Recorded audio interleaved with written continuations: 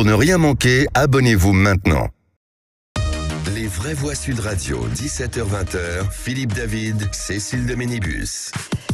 Bienvenue à tous, ravi de vous retrouver et ravi de retrouver mon binôme. Oh ben, ravi de vous retrouver, cher Philippe binôme. David, qu'est-ce que vous êtes bronzé? Vous étiez où? À Toulouse. Voilà. Alors j'ai pris un coup de lune, comme on dit dans le sud-ouest. C'est ça, ouais.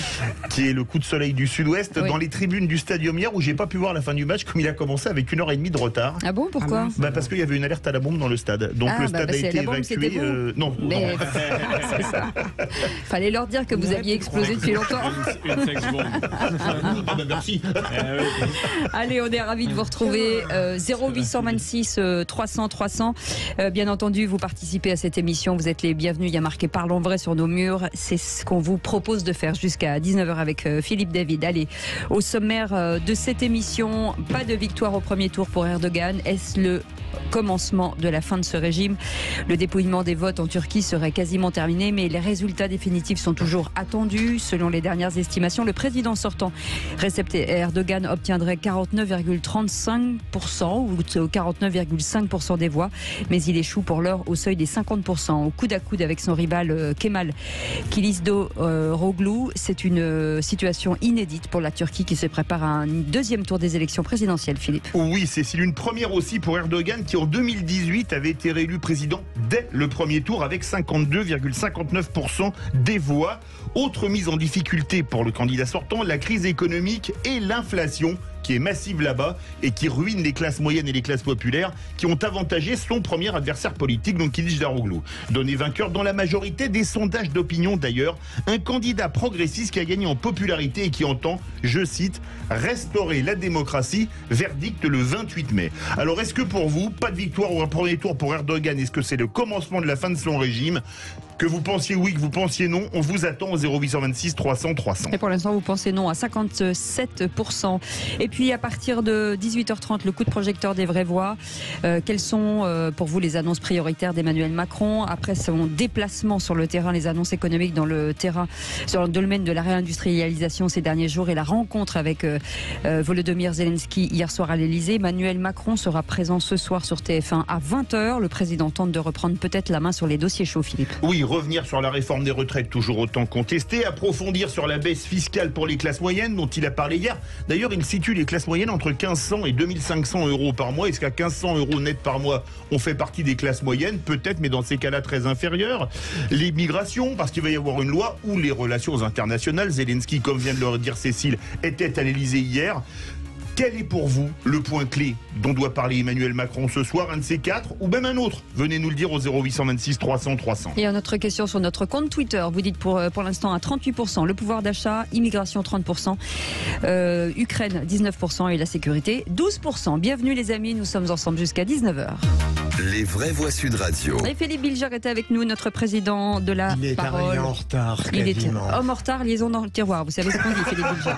Ah, une liaison avec qui? Vous étiez avec qui? Avec une autre radio? Avec quelqu'un d'autre? Avec un ami? Surtout pas, Voilà. pas une autre radio. On espère, parce qu'on veut vous garder pour nous. Oui. En tout cas, on vous souhaite la bienvenue. Ce week-end était bon. A été parfait. Ah, il était parfait. Parfait. Voilà, c'est ça. Vendredi, je suis allé dans le Loiret, c'était merveilleux. C'est Les beau. 2 ans d'un petit-fils. Oh. J'ai mangé toute la journée du samedi. Vous avez pensé à J'ai Philippe fait une David? petite diète le dimanche, tout est parfait. Et voilà. Un peu de beaufitude, le Voilà, foot, le mais foot, pas trop. voilà. L'attente impatiente du lundi. Et ben voilà, Ah c'est ben voilà. une équipe qui recommence avec Madi Saïdi, conseillère en communication d'influence et auteur de Française, venue d'ailleurs publier chez Stock. Ça va Madi? Ça va? Bien, ça va. Madi, plus ça va, plus elle est jolie. Ah Et on merci, sait qu'elle Cécile. elle est déjà très Je vais intelligente. finir par rougir. Ben non, Ça se voit pas beaucoup, mais si, ça se voit. finir Si, par si, rougir. ça se voit. Mais vous Non mais avez c'est vrai, totalement raison. elle est de plus en plus Cécile. élégante. Depuis Oh là qu'elle là. vient aux vraies voix, elle Ouais. a décidé Oh là là, je vais avoir- d'éclabousser. Voilà, c'est ça. C'est ça, vous voulez me faire du mal, je vais Madi. plus parler. Là, c'est terminé. Vous me faites concurrence. Merci. Oh, ben non, parler je de saurais Mickaël, avoir ça le veut Non, cœur. ah bon, on l'a pas parlé encore. Et ce week-end fut bon, Madi? Oui, très bien. J'ai bossé J'étais un avec petit Philippe peu. Bilger, on était. Oui. Non, même pas. Non. J'ai joué au foot. Ah oui. Ouais, j'ai joué au foot. Vous jouez à quel poste? Vous avez gagné, j'espère. Oui, on a gagné. On a perdu un match, on en a gagné un. J'ai joué au tournoi des Vertus avec des collégiens. Et franchement, Ils nous ont pas mis mal. Ah ouais. Des petits collégiens et des lycéens. Bah, c'est sûr que à votre âge, J'ai si vous joué dans jouez contre l'équipe des des enfants pompiers. et qu'en Ah plus non, vous mais ils sont perdez. jeunes. Vous voyez, Ah bah oui. c'est bien, au football, il y a le tournoi des vertus et au tennis, il y a la Coupe Davis. Ouais, et ça, par Elle contre, est tu es le excellente. capitaine. Et des vertus. Elle est excellente. Ouais, elle est excellente. Vous savez quoi? Je propose que vous arrêtiez de parler pendant 10 ans tellement elle était bien. Pour pas Celle-là, décevoir elle les était auditeurs. très très bonne. C'est clair.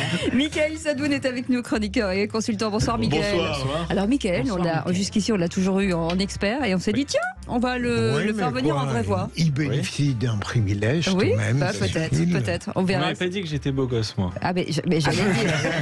Elle y arrive, elle y arrive. C'est ça, progressivement quand même. Michael est beau de l'intérieur et de l'extérieur. Oh, bah alors. Voilà, c'est ça. Je serais vous, je me méfierais. Philippe Bilger a parlé de privilèges. J'ai peur qu'il veuille nous faire une nuit du 4 août. Ils sont agaçants et toujours pas réglés. Et au 0826 300 300 en direction Bayonne avec Paul. Bonsoir Paul. Bonsoir Paul. Bol. Oui, J'ai bonsoir dit tout le Bol, monde. pas Oui. Bol. Bol avec un Oui, B c'est comme vrai, ça. pas de bol, oui, c'est sûr. Paul, vous avez du bol d'être avec nous, c'est ça que je voulais dire. C'est super. Bon, écoutez, bonjour à tous, monsieur Philippe, David, bonjour. Bonjour, on va Philippe, pas monsieur. Hein. Paul, Philippe, monsieur, alors oui, Cécile de Minibus, voilà, vous savez que vous avez quand même une grande pilote à vos côtés. Ah bah oui. Ah, bah écoutez, ouais, Je suis ouais. jamais monté avec elle au volant, mais ça doit être amusant. La mort au tournant. Mon cher Paul, vous faites quoi dans la vie? Alors, je suis armurier de mon état. Ah oui, très d'accord. bien. D'accord. Il n'y a pas besoin de la voiture pour mourir. Mais non, bien sûr, tout ça et- est très encadré, bien entendu. Et à qui vous pensez mettre un coup de fusil au Kikadi? Ouais. Ah, personne. C'est un, comment dire, c'est un métier très non violent. Oui. Non, mais parce qu'il va y avoir. Alors, il y a une innovation majeure dans le Kikadi Absolument, aujourd'hui, absolument. Cécile. Vous la verrez tout à l'heure. Ah oui. Ouais, ouais. Encore un changement de règle. Non, Non, pas un un changement de règle, vous changement allez de voir. nom. Un changement de nom. Un changement de nom. Ouais, voilà, c'est Mais ça. on vous dit rien. Ah. Et on vous dira tout à l'heure. Vous n'éliminez pas un des animateurs qui triche à mon détriment en Il est pas permanence. tricheur, aujourd'hui. Philippe David. Ah oui, c'est un tricheur. Philippe, Philippe Calgero écoutez, Philippe, écoutez-moi bien Philippe, je veille au grain, comme on dit. Allez tout de suite, la petite info du jour. Ma méthode sera celle de la concertation et du dialogue avec tous, sans préjugés. Mon action passée est là pour le démontrer, s'il en était encore besoin. Je chercherai avec vous les majorités les plus larges, sans que personne ait à renoncer à ce qu'il est. Est-ce que vous vous souvenez ce qui s'est passé le 15 mai 1991 et vous reconnaissez la voix? C'est Edith, non Oui, Edith Cresson, bien sûr. Qui est Qui a- nommée première ministre par François Mitterrand, et la première femme à Matignon, et c'est son premier discours. Voilà. Absolument. Premier Il y a discours. 32 ans. Ouais. Elle a inauguré une période où les femmes premiers ministres ne sont pas engouffrées dans le poste avec Ouais. enthousiasme. Ouais, hein. ça c'est le moins qu'on puisse dire. Oui, il n'y en a eu qu'une depuis. Avec une depuis. Mais Ouais, il y aura peut-être Mais moins. elle n'était pas nulle, Edith Cresson, contrairement à ce qu'on lui a fait vivre, Ouais, hein, ouais. Michael. Non, c'est vrai. C'est vrai, Ah, je pense ouais. qu'elle a Non, été mais assez maltraitée même. J'ai Ah, vu bah qu'il y oui. avait une série d'ailleurs de reportages qui ont été Absolument. sortis par la chaîne parlementaire sur les différents premiers ministres. Et Edith Cresson raconte un petit peu l'ambiance Les déjà coulisses. de déliquescence c'était politique dur, du hein. mitterrandisme Oui. sur Ouais. le dernier septennat et le flingage de partout, évidemment, par Fabius et d'autres. Il faut lui reconnaître beaucoup de courage. Hein, parce Oui. qu'il Ah fallait oui, un oui, courage oui. de Et ça. puis, surtout à cette époque, ouais. elle avait plus qu'un parler vrai. elle. Ouais, ouais, c'est ouais, clair. Oui, bien sûr. Absolument. Allez tout de suite, le réquisitoire du procureur. Les vraies voix Sud Radio, le réquisitoire du procureur, Philippe Bilger. Et ça tombe bien d'ailleurs. Et un réquisitoire qui est de mise, puisque vous voulez requérir contre celles et ceux qui sous-estiment Elisabeth Borne, donc la première ministre. Ah, La deuxième notamment, première ministre. le hasard a fait que j'ai écouté l'excellente matinale toujours animée par Patrick Roger. Ce matin, il y avait Nicolas Dupont-Aignan comme invité. Et Nicolas Dupont-Aignan a une vision totalement fausse, me semble-t-il, de la personnalité d'Elisabeth Borne. Ça n'est peut-être pas sa seule fausseté, disant la pauvre. En réalité, c'est mal comprendre la force de cette femme. Alors on peut n'être pas d'accord avec elle sur le plan politique, mais quand je lis l'interview dans le journal du dimanche sur 2 pages, je suis frappé de voir à quel point cette femme, plus elle se sent menacée, plus elle défie subtilement le président de la République. Parce que je me mets à la place en totale présomption, d'Emmanuel Macron, qui est très jaloux de son pouvoir, lorsque elle dit « j'ai l'intention de poursuivre jusqu'au bout », eh bien, Emmanuel Macron ne peut que percevoir cette phrase comme une volonté de s'affranchir de sa décision à lui et de ne s'assigner pas aucune limite. Je trouve que c'est bien de la part d'Elisabeth Borne, et dans le reste de l'entretien, mon Dieu, elle ne dit rien d'absurde. Je ne parviens pas à me déprendre d'une sorte d'estime pour cette femme, ma chère Cécile. Eh ben, écoutez. Madi. Je ne sais pas si j'ai autant d'estime pour elle, mais c'est vrai qu'elle est courageuse. Ouais. Moi, je m'attendais à ce qu'elle soit beaucoup moins courageuse et peut-être qu'elle jette l'éponge depuis longtemps. Donc effectivement, je pense qu'on la sous-estime un petit peu. Elle est très courageuse avec tout ce qu'elle a dû subir et prendre, notamment avec la réforme des retraites. C'est pas simple. Et être le Premier ministre d'Emmanuel Macron, c'est pas simple non plus. Mickaël Sadoun. Moi, je vais m'inscrire en faux par rapport à ce qui a été dit. Moi, je trouve que Elisabeth... Comment c'est mal. Ça commence. J'étais plus calme quand j'étais là-bas. Non, mais je trouve que Elisabeth Borne, bon, c'est un mystère pour personne. Elle est sur la sellette, donc elle joue le tout pour le tout. Il n'y a pas beaucoup de courage. De toute façon, elle n'a pas grand-chose à perdre dans la situation où elle est. Donc, elle n'a pas grand-chose à perdre à aller en contradiction, je veux dire, par rapport au personnage du président de la République.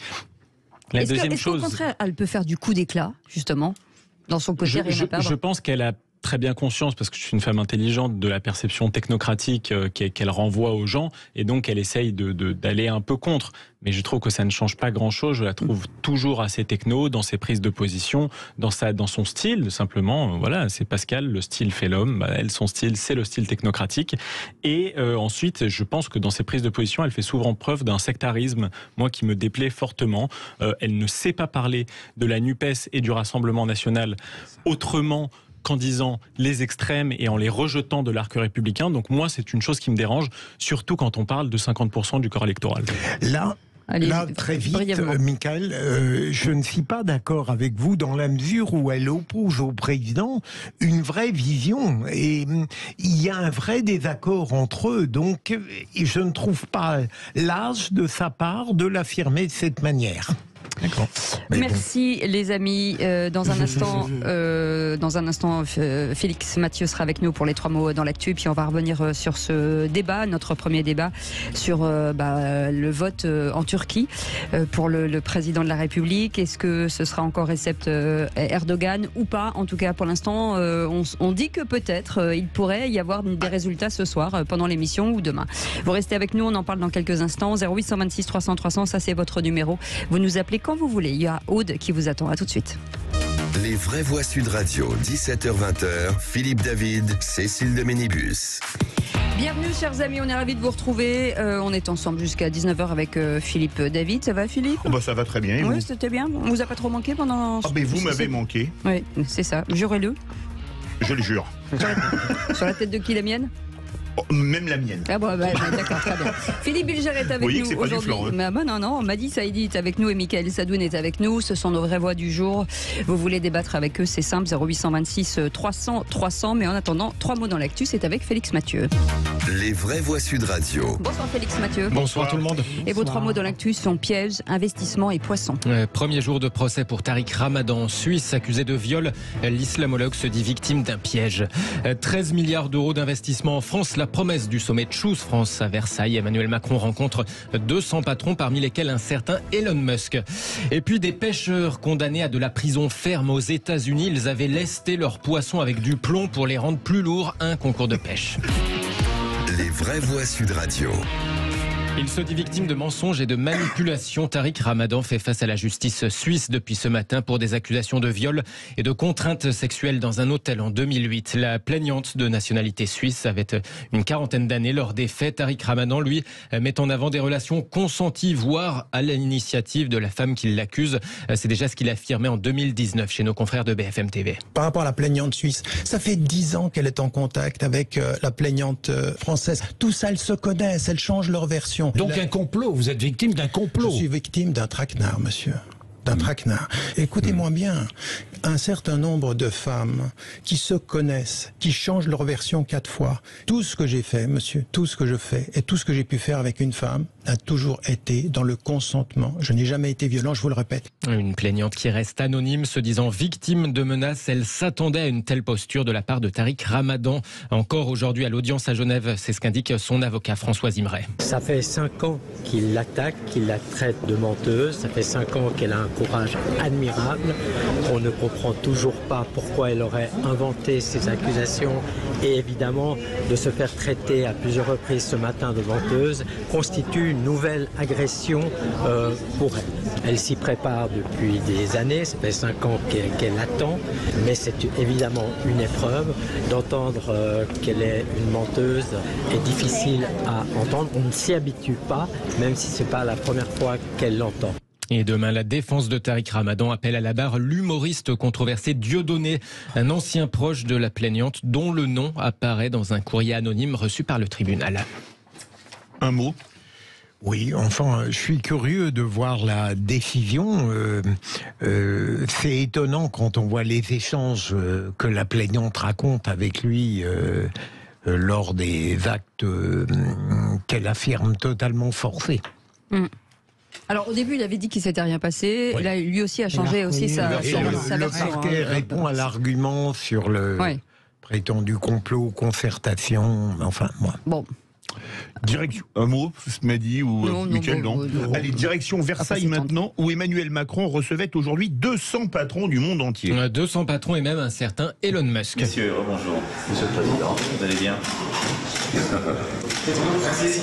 Le milliardaire américain propriétaire de Tesla, de SpaceX et désormais de Twitter, reçu à l'Elysée en marge de ce sommet annuel Choose France à Versailles, édition marquée par ce record, 13 milliards d'euros d'investissements étrangers annoncés, une usine de panneaux solaires à Sarreguemines, une usine de batteries électriques à Dunkerque par exemple, ou encore il y avait pour ce rendez-vous le président d'IKEA France, Johan Laurel. France is a very important country for IKEA and 1.2 billion investment in the coming 3 to 4 years. La France, c'est un pays très important pour IKEA et nous allons réaliser un investissement d'1,2 milliard d'euros dans les 3 ou 4 ans à venir afin de rendre notre offre encore plus accessible au plus grand nombre. Nous investirons également dans l'accélération de notre programme de développement durable. Promesse de ce responsable d'IKEA qui assure aussi qu'après l'inflation, ils vont chercher à tirer les prix vers le bas.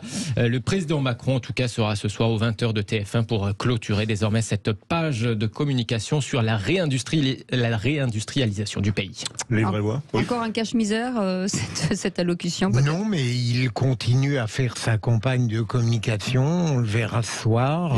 Moi, on m'a critiqué, mais je trouve que même dans une démocratie, choisir à discrétion comme ça ses interventions médiatiques, je trouve qu'il y a de l'abus, quoi. Ouais. On sait, on l'entend partout, on lit. Bon, d'accord. Avec certainement un journaliste qui va être d'une pugnacité. Choose France, heureusement qu'il n'y a plus de ministre de la francophonie. Sur Choose France, moi je pense que c'est quand même un des paris réussis d'Emmanuel Macron. On dit suffisamment de choses critiques sur lui pour reconnaître ses relatifs succès. Attention, et en l'occurrence, c'est un relatif succès. Il y a plus d'investissements directs étrangers, ça rétablit ce qu'on appelle la balance des paiements, donc ça fait que la France a plus de réserves des autres monnaies étrangères, ça nous renforce économiquement. Évidemment, ça ne doit pas obérer notre capacité à investir en propre sur notre territoire pour avoir des entreprises aussi françaises, mais c'est déjà pas mal. Ouais, Mehdi ? Je ne demande qu'à voir. Je vais voir ce qui va en sortir. Elle est très prudente, Mehdi. Oui. C'est bien, une femme comme ça, pas péremptoire, c'est agréable. Ah, dis donc. Je vais commencer à être jalouse. Mais je ne pensais pas vous. Allez, dernière petite info de la prison ferme pour avoir triché à un concours de pêche. La maman des poissons, elle a l'œil tout rond, on ne la voit jamais froncer les sources. Drôle d'histoire. 2 Américains avaient triché un concours de pêche en lestant leurs poissons avec du plomb. Ils ont été condamnés tout de même à 10 jours de prison ferme et à la confiscation de leur bateau d'une valeur de 130 000 $. Je suis persuadé que ces 2 escrocs ont triché dans de multiples concours ces dernières années, déclare le procureur qui les a poursuivis dans l'Ohio. Faut dire que le premier prix du concours s'élevait tout de même à plus de 28 000 $. Il y avait une belle somme en jeu, c'est pour ça que ça prend ses proportions. proportions. Au moment de la pesée, le directeur du concours a eu des soupçons en trouvant que la taille des poissons ne correspondait pas au poids affiché par la balance. Il a vérifié, effectivement, il y avait un souci. Et ils ont éventré les poissons pour se rendre compte de la tricherie. Les 2 tricheurs devront aussi s'acquitter d'une amende de $2500 et puis ils ont le permis de pêche qui est suspendu pour 3 ans. Ah, ça, c'est l'info du jour. Ah oui, c'est très important. Breaking news. Breaking news. Non, mais c'est dingue, les pauvres poissons. Moi, je pense aux poissons. Oui. Et surtout, on peut dire qu'ils ont haussé le ton. Ils ont haussé le ton, oui. absolument. Et vous avez bien fait de revenir, Philippe David. Vous restez avec nous, on revient dans quelques instants. On va revenir sur la Turquie qui attend toujours son nouveau président. On va en parler dans quelques instants. 0826 300 300, bien entendu, vous pourrez commenter cette émission. Michael Sadoun est avec nous, Madi Saïdi et bien sûr Philippe Bilger, le taulier. On reste ensemble jusqu'à 19h. Les vraies voix Sud Radio, 17h-20h, Philippe David, Cécile de Ménibus. On est ensemble avec Philippe David jusqu'à 19h pour les vraies voix. 0826 300 300 avec nous Michael Sadoun, Madi Saïdi et Philippe Bilger. Vous savez que vous pouvez bien entendu participer à cette émission. Aude vous attend au standard bien entendu et avec Philippe. Tout de suite le grand débat du jour. Les vraies voix Sud Radio, le grand débat du jour. En Turquie, le président Erdogan est contraint pour la première fois depuis 20 ans à un second tour à la présidentielle.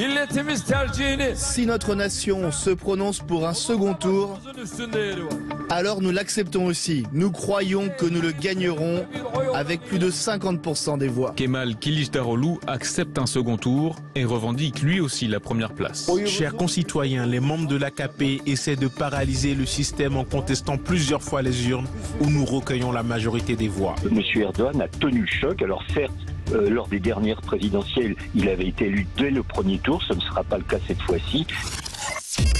Et la Turquie va devoir attendre le 28 mai pour connaître son président. Selon les premières estimations, le président sortant Recep Erdogan ne dépasserait pas la barre des 50% nécessaires pour être élu.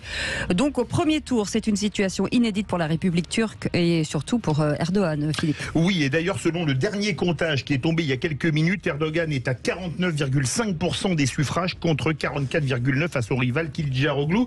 Alors est-ce que c'est la première fois donc qu'il est confronté à un second tour qui est quand même s'il a frôlé la majorité absolue, pas gagné. Est-ce que pour vous, c'est le début de la fin de son régime? Ça fait 20 ans qu'il est au pouvoir. Dans tous les cas de figure, venez nous appeler, que vous pensiez oui, que vous pensiez non, parlons vrai, au 0826 300 300. Et pour ceux qui votent sur notre les réseaux sociaux, vous dites non à 61%, vous pensez que ça n'est pas le commencement de la fin de son régime. Pour en parler, Franck Papazian est avec nous. Bonsoir, merci d'être là ce soir avec nous. Vous êtes auteur du livre Le régime de Erdogan, une menace pour la France, publié chez Robert Laffont. D'abord, on va faire le tour avec Philippe Bilger sur cette annonce du président pas réélu au premier tour comme généralement.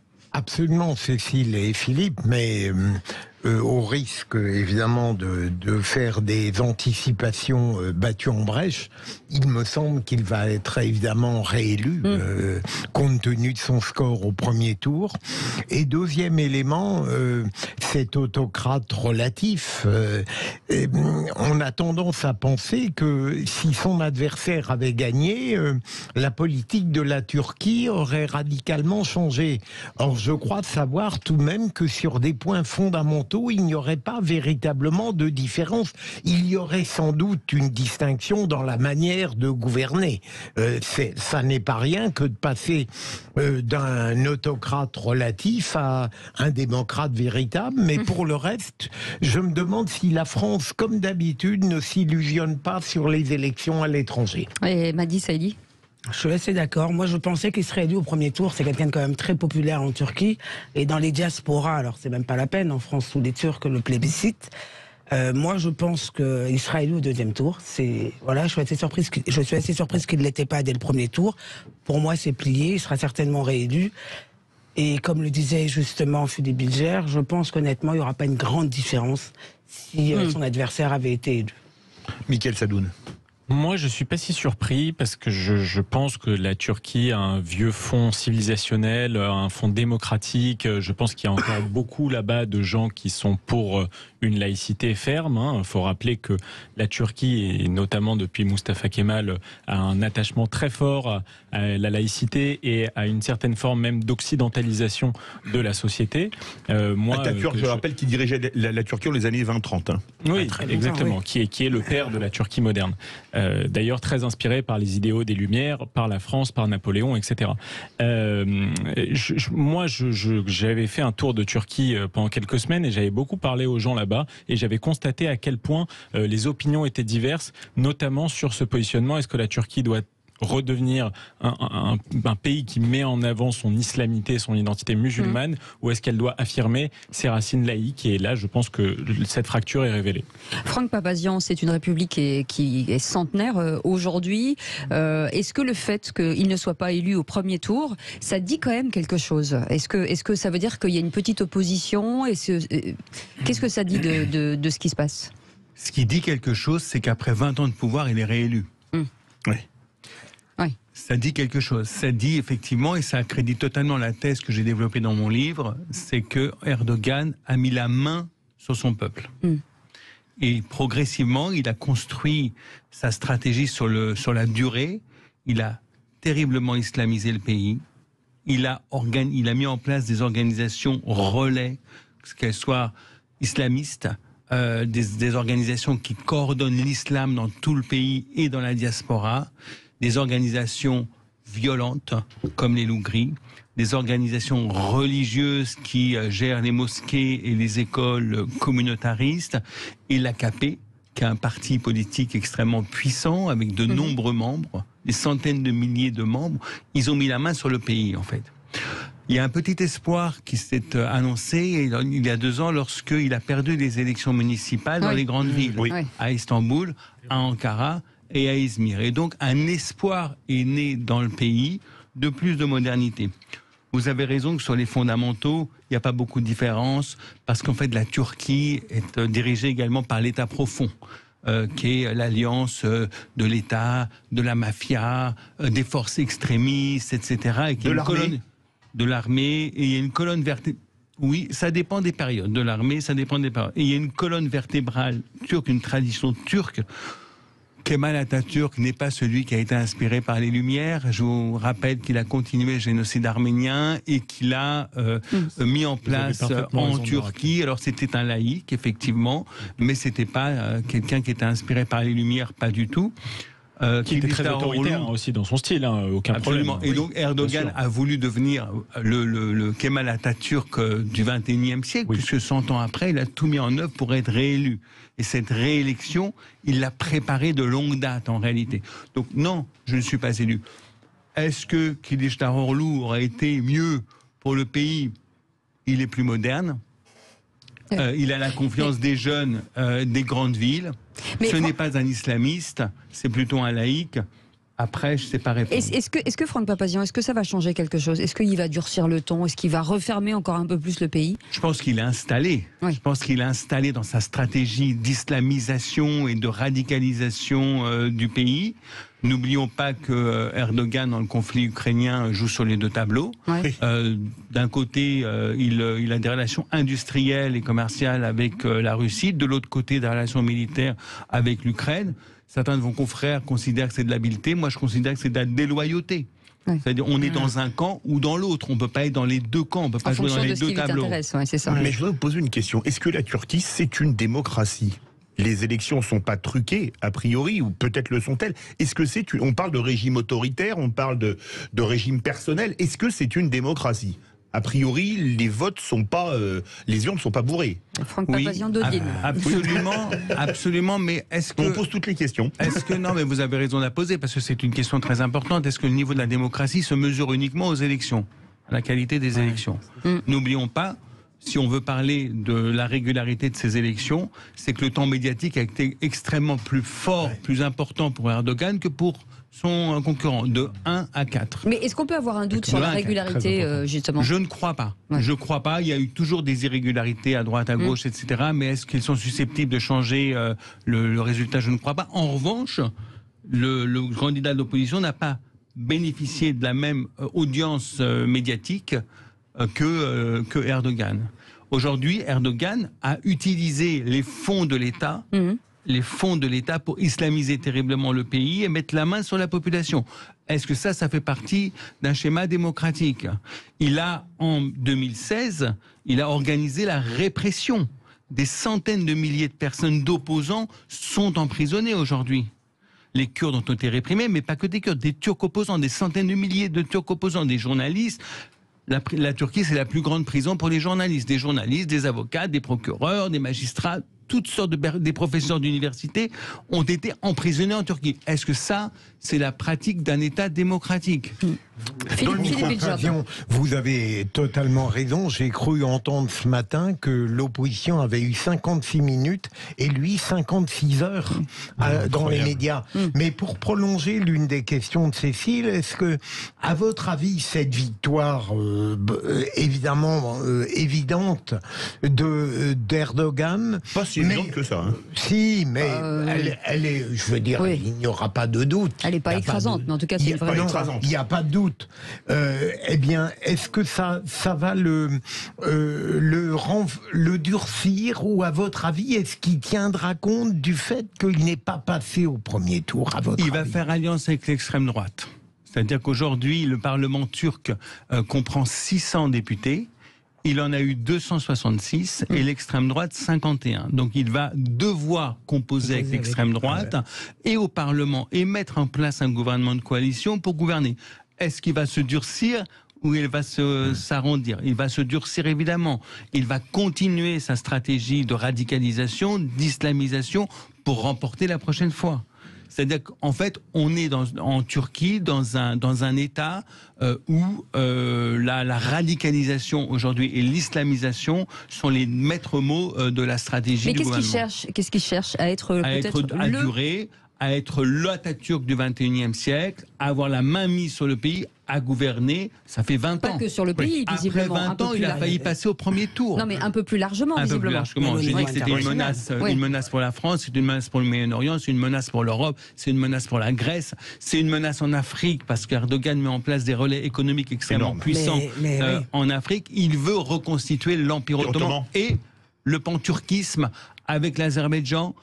Et je vais vous dire, l'Arménie est en voie de disparition aujourd'hui. Ce n'est pas neutre. Réagissons sur ce sujet-là. Michael Sadoun. Oui, ce qu'il faut ajouter en plus, c'est que Erdogan a bénéficié d'une complaisance totale des pays occidentaux, puisque je rappelle que la Turquie fait encore partie non seulement de l'OTAN, qui est une alliance militaire, alors que... C'est le pilier sud de l'OTAN. Vu les relations ambiguës qu'ils entretiennent avec la Russie en ce moment, on peut se demander si vraiment ils sont très coordonnés avec la stratégie de l'OTAN. Ensuite, la Turquie fait quand même partie du Conseil de l'Europe, qui est censé être une institution qui représente absolument la démocratie, Conseil de l'Europe, dont la Russie a été exclue pour ces raisons-là. Sachant que la Turquie ne reconnaît pas le génocide arménien, ce qui est une erreur et une faute gravissime, fondamentale, qu'on devrait lui rappeler, parce qu'on a des moyens de pression aussi sur la Turquie.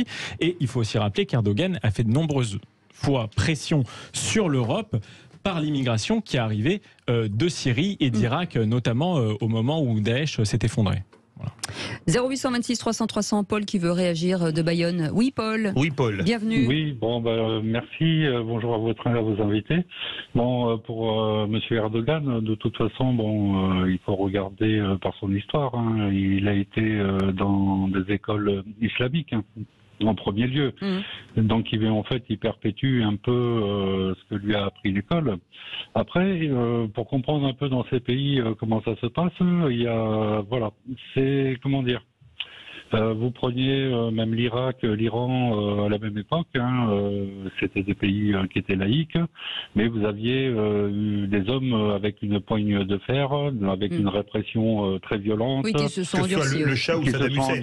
Oui, c'est ça. Voilà, qui se sont endurcis par le temps et tout ça pour tenir le pays d'une main de fer, pour pas que tout parte à volo. Malheureusement, maintenant, quand vous regardez l'apport de la démocratie dans ces pays-là, il faut voir comment dans l'état où ils sont au jour d'aujourd'hui. Oui, absolument. Donc je pense que Monsieur Erdogan, lui, ne veut pas de ça. Restez avec nous, Paul. Quand on sait que Istanbul et Ankara sont plutôt aux mains de l'opposition, est-ce que quelque part ça peut le gêner dans sa gouvernance?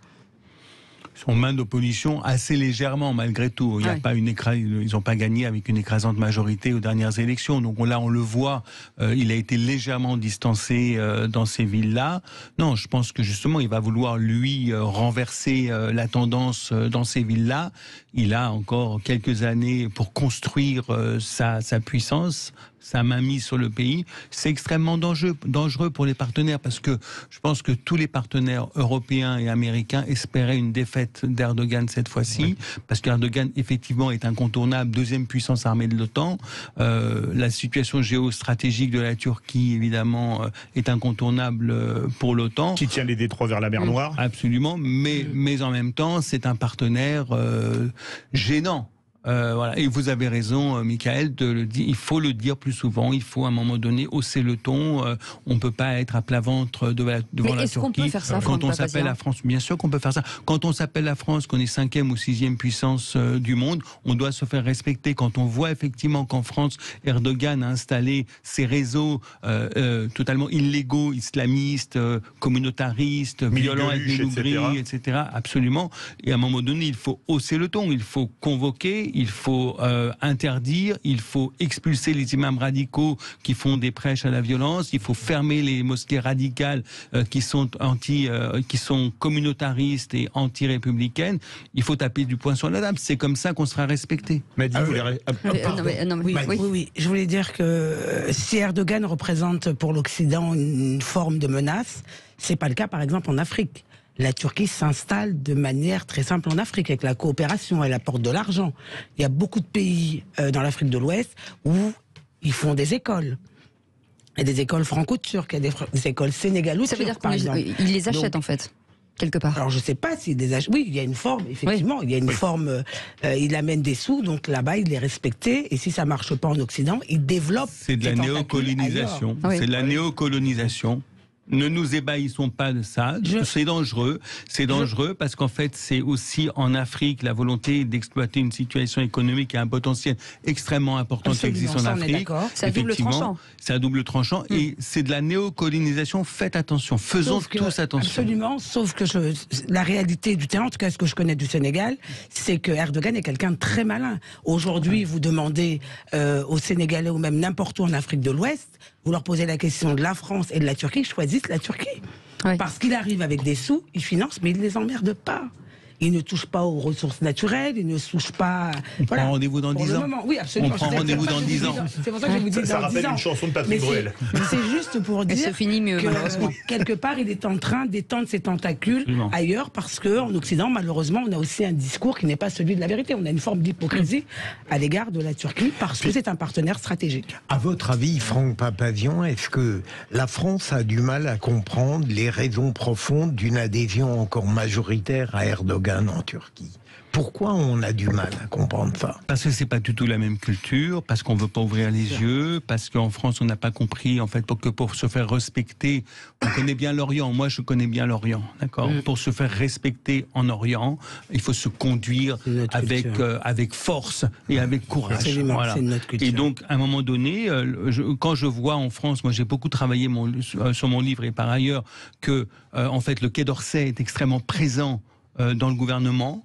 Dans chacun des ministères, il y a un représentant du Quai d'Orsay. À l'Élysée, ils sont extrêmement présents. À Matignon, ils sont extrêmement présents. C'est le Quai d'Orsay qui fait la politique de la France. Et donc ça, un certain nombre de partenaires le savent. La Turquie le sait très bien. La Turquie sait très bien que la France ne franchira pas le pas de trop pour rompre les relations avec la Turquie, alors qu'à un moment donné, il faut savoir les rompre pour les renouer à un meilleur niveau. Sur quel sujet on devrait attaquer tout de suite, puisque vous dites que c'est dans tous les ministères? Non mais, excusez-moi, mais lorsque Erdogan traite le président de la République, Emmanuel Macron, de dégénérescence mentale, intellectuelle, moi j'appelle l'ambassadeur, je suis président de la République, j'appelle l'ambassadeur de Turquie et je lui donne 24 heures pour partir. Ce qu'ils font il faut se faire respecter. Lorsqu'on sait que, je l'ai dit tout à l'heure, en fait ils sont dans l'illégalité au niveau des mosquées radicales, au niveau des imams radicaux, au niveau des écoles ultra-communautaristes, ils sont dans l'illégalité. à un moment donné, les loups gris ont été interdits par le gouvernement en 2020, mais ils continuent à sévir. Aujourd'hui, ils sont présents. Moi, j'ai signalé à M. Darmanin à 2 reprises cette année qu'en réalité, il y avait reconstitution de ligue dissoute. Les loups gris se rassemblent. Il y a des photos. J'ai envoyé à son directeur de cabinet les photos, les vidéos qui prouvent effectivement qu'on n'est pas assez dur. Aujourd'hui, il faut se faire respecter. Merci beaucoup, Franck Papazian, d'avoir été avec nous aux heures du livre. Le régime d'Erdogan, une menace pour la France, publié chez Robert Laffont. Vous restez avec nous dans un instant. Le quiz de l'actu avec beaucoup plus de légèreté, mais on dit aussi des choses, vous inquiétez pas. C'est à ce moment-là que la Terre se crée. Pour vous dire l'importance de ce que la lumière soit. Voilà. Tout de suite, les amis, ne perdons pas de temps. Le quiz de l'actu. Les vraies voix Sud Radio, le quiz de l'actu. Et on joue bien sûr avec Philippe Bilger, avec Mehdi Saïdi, avec Michael Sadoun qui est avec nous, et on a gardé même Franck Papazian. Alors Paul, mon cher qui a Paul, voulu rester. Il a dit là, le quiz de l'actu. On a insisté aussi. Paul, vous pouvez, on vous mettra Franck de votre côté, mais vous pouvez jouer contre Philippe Bilger, contre Mehdi Saïdi ou contre Michael Sadoun. Et moi je vous dis, Michael Sadoun, il vient d'arriver, c'est le bleu bit. Je suis un novice. Oui, non, mais bon, moi j'ai quand même hésité parce que on a quand même Maître Bilger qui est d'un certain âge, mais malheureusement il a toute sa tête. Ouais. Donc c'est la première fois qu'on me le dit. Est-ce que c'est un compliment? Je sais pas. Il vient de Bayonne, ça s'appelle un plaquage.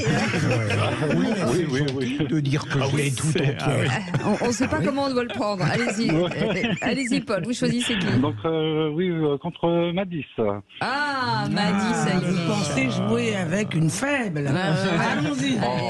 Attention, elle essaye de vous déstabiliser, Paul. Ne vous laissez pas déstabiliser. Et les chers amis, ce n'est plus le qui a dit. Mais qui c'est qui l'a dit? Le qui c'est qui l'a dit? Qui c'est qui l'a dit? Voilà, qui c'est qui a dit? Voilà, c'est ça. À peu près. Question, qui c'est qui l'a dit? J'ai porté des réformes, je connais les élus, le Parlement, je peux être utile à mon pays. Valls. Non. J'aurais pu être du Valls, carrément. Sarkozy. Non, Là, j'ai pas compris la première partie de la J'ai phrase. porté des réformes, je connais les élus, le Parlement. Elisabeth? Ben Si. oui, c'est Elisabeth Borne. Oui. Bien vu, Philippe Bilger, bravo. J'ai retrouvé un bout de tête. Voilà, c'est ça. À vous, mon cher Philippe. Alors 2-0 pour Philippe Bilger. Qui c'est qui l'a dit? Qui c'est qui l'a dit? Il est important que tous les électeurs votent sans souci pour montrer la force de la démocratie turque. Ah bah Erdogan. Bonne non, réponse. Franck Papazian, mais vous étiez où? Ah ben il est gentil. Il peut pas. Il le savait, mais il ne voulait pas le dire. Ça aurait pu être l'autre, hein. Bravo. Alors attention, Paul, parce qu'on est deux partout. Qui c'est qui l'a dit? Les gens qui ont de la nostalgie radicale n'ont pas leur place au sein du Rassemblement national. Ben, Bonne réponse. Oui, Philippe Bilger l'a dit en premier, mais comme vous êtes ensemble, c'est parfait. 4-2. Marine Le Pen. Non, c'est Bardella. Bardella. Bardella. Mais jamais dit Bardella. Parce que Paul a dit Bardella. Mais moi je m'étais trompé. Mais merci Madeleine. Tout concours. Qui c'est qui l'a dit? La méchante. Tu l'as pas dit. Sur la venue d'Elon Musk au salon de Choose France, il n'est pas là uniquement pour profiter de Versailles. Bon, ça c'est pas Macron? Non. Non, c'est un ministre. C'est Jean-Noël Barrot? Non. Bruno Le Maire. Bruno Le Maire, bonne réponse. Bruno Le Maire, effectivement. Notre maître de l'économie. Voilà, exactement. 6-2, un score de tennis. Qui c'est qui l'a dit sur la réintégration des soignants non vaccinés? L'éthique du soignant, c'est de se protéger pour protéger les patients qu'il prend en charge. Olivier Véran? C'est drôle, non? Bonne réponse de Philippe Bilger. François Braun, il dit tout. Qui sera l'invité de Patrick Roger demain dans la matinale, Absolument. comme invité politique. 8-2, m'a dit. 8-2. Qui c'est qui l'a dit? On ne peut pas demander une pause au réchauffement climatique. Ça, c'est une parole d'écolo. Attends. C'est pas Tondelier, ça? Non. Oh, pas loin de Tondelier. Rousseau. Bonne réponse. Sandrine Rousseau. Je ne savais pas son nom. Sandrine Rousseau. Et quelqu'un a des nouvelles de Franck Papazian? Non, on n'en a pas. Ah oui. Pas moi en tout cas. Question, qui c'est qui l'a dit? Olivier Faure écarte toutes celles et tous ceux qui ne pensent pas comme lui. Oui, Bon, ça, c'est pas Marine Le Pen. C'est pas en région Nouvelle-Aquitaine, c'est pas très loin. C'est une présidente de région, allez. Réponse collégiale. Franck Papazian s'est réveillé. Bravo, avec Philippe Bilger. Qui c'est qui l'a dit? Fukushima, c'était une catastrophe climatique. Bonne réponse, les plus rapides. Marine Tondelier. Mais bon, m'a dit, vous avez quand même perdu. Ah bah oui, j'accepte. C'est presque une petite humiliation. Hein, c'est pas une petite presque. Peut-être ça, les humiliations. En tout cas, Paul, bravo. Oui, vous voyez bien que... Eh ben oui, vous restez avec nous. Restez avec nous, Paul. De toute façon, vous êtes notre vraie voix du jour. On revient dans quelques instants avec le coup de gueule de Philippe David sur le doigt de la Zara. Vous savez, ça s'est passé hier, avant-hier. C'était la limite samedi à dimanche, alors c'est limite. Voilà, c'est limite. Ça fait du clic sur les réseaux sociaux, puis on reviendra sur le tour de table de l'actu de nos vraies voix. On souhaite la bienvenue. On est ensemble jusqu'à 19h. À tout de suite. Les vraies voix Sud Radio, 17h-20h, Philippe David, Cécile de Ménibus. Bienvenue les chers amis avec Philippe Bilger, avec Madi Saïdi et notre petit nouveau, Mickaël Sadoun qui est là. Ça va Mickaël? Ça va bien. Vous êtes heureux? Tout va bien? Je suis au top. Tant mieux. En tout cas, dans quelques instants, Félix Mathieu sera avec nous pour le top du clic et puis on reviendra sur, bien entendu, le tour de table de l'actu de nos vraies voix. En attendant, c'est le coup de gueule du jour, de Philippe David. Les vraies voix Sud Radio. Et ce coup de gueule, mon cher Philippe, on revient sur l'Eurovision avec la Zara, qui a eu un geste un peu déplacé. Ah oui, c'est si à l'Eurovision, ces 10 dernières années, à l'exception de la 6e place d'Amir en 2016 et de la seconde de Barbara Pravi en 2021, les représentants français sont constants dans la déroute et réguliers dans la défaite. Ils sont depuis samedi au sommet dans l'humiliation. Pas par la 16e place de la Zara, qui comme Zorro est arrivé, pas sur Tornado son cheval noir, mais à couvrir la France de honte en faisant un doigt d'honneur à l'écoute de la note que le public lui avait réservée devant 200 millions de téléspectateurs. Un doigt d'honneur qui a eu pour excuse tout d'abord que l'intéressé, je cite, avait de culture et que c'est un peu générationnel. Ce n'est pas un geste qui est négatif, au contraire, c'est juste un geste de déception qu'on utilise entre amis. Manifestement, nous n'avons pas les mêmes amis et n'avons pas ce type de considération générationnelle dans les vraies voix, pardonnez-nous. Non contente d'avoir fait ce doigt d'honneur, la Zara a quitté la cérémonie avant de revenir, je cite, parce qu'elle a une petite vessie. Heureusement que les excuses s'arrêtaient là, sinon elle aurait probablement évoqué ses problèmes de prostate. Bref, on a encore une fois dépensé un pognon de dingue pour être ridicule et passer pour un pays de gougnafier aux yeux de centaines de millions de personnes, mais pas de problème, il y aura de l'argent pour y retourner l'an prochain, en espérant que ceux qui font la sélection soient un peu plus rigoureux sur le savoir-être du futur ou de la future candidate. Vous reprendrez bien un peu d'Eurovision. Oui, un doigt. La chute est sévère. Vous avez regardé l'Eurovision, Philippe? Jusqu'à 1h15, ma chère Cécile. J'ai été content de la victoire de la Suède parce que la Finlande, on aurait touché le fond. Avec elle, c'était catastrophique. Alors, à sa décharge, elle avait un mauvais moment. Elle est passée 5e ou 6e, c'est pas ce qu'il y a de mieux, mais c'était pas terrible. Évidemment, elle avait été choisie, et donc naturellement, il y avait de meilleures chansons. Et là, France Télévisions c'est dans le Parisien, et ils disent il faut clarifier le mode de sélection. Et puis, visiblement, ils avaient été prévenus de son côté ingérable, souffle un proche de la production. Il y avait une possibilité de prendre une chanson de Slimane, mais voilà, il fallait clarifier effectivement ce mode de... Vous aurez noté, Cécile, que c'est la première fois qu'elle n'a pas été présentée aux animateurs de la France, l'inamovible Stéphane Bern avec Laurence Boccolini. Voilà, c'est ça. Ils ont manqué quelque chose. Ah ouais, alors ça, ils ont raté quelque chose. Ils l'ont vu perché sur une tour Eiffel. Madi? Moi, j'ai pas regardé, je ne suis pas déçue. J'ai suivi sur les réseaux sociaux et je trouve qu'elle se fout de nous, mais royale. Il est où le rapport entre la double culture et le fait d'insulter les gens?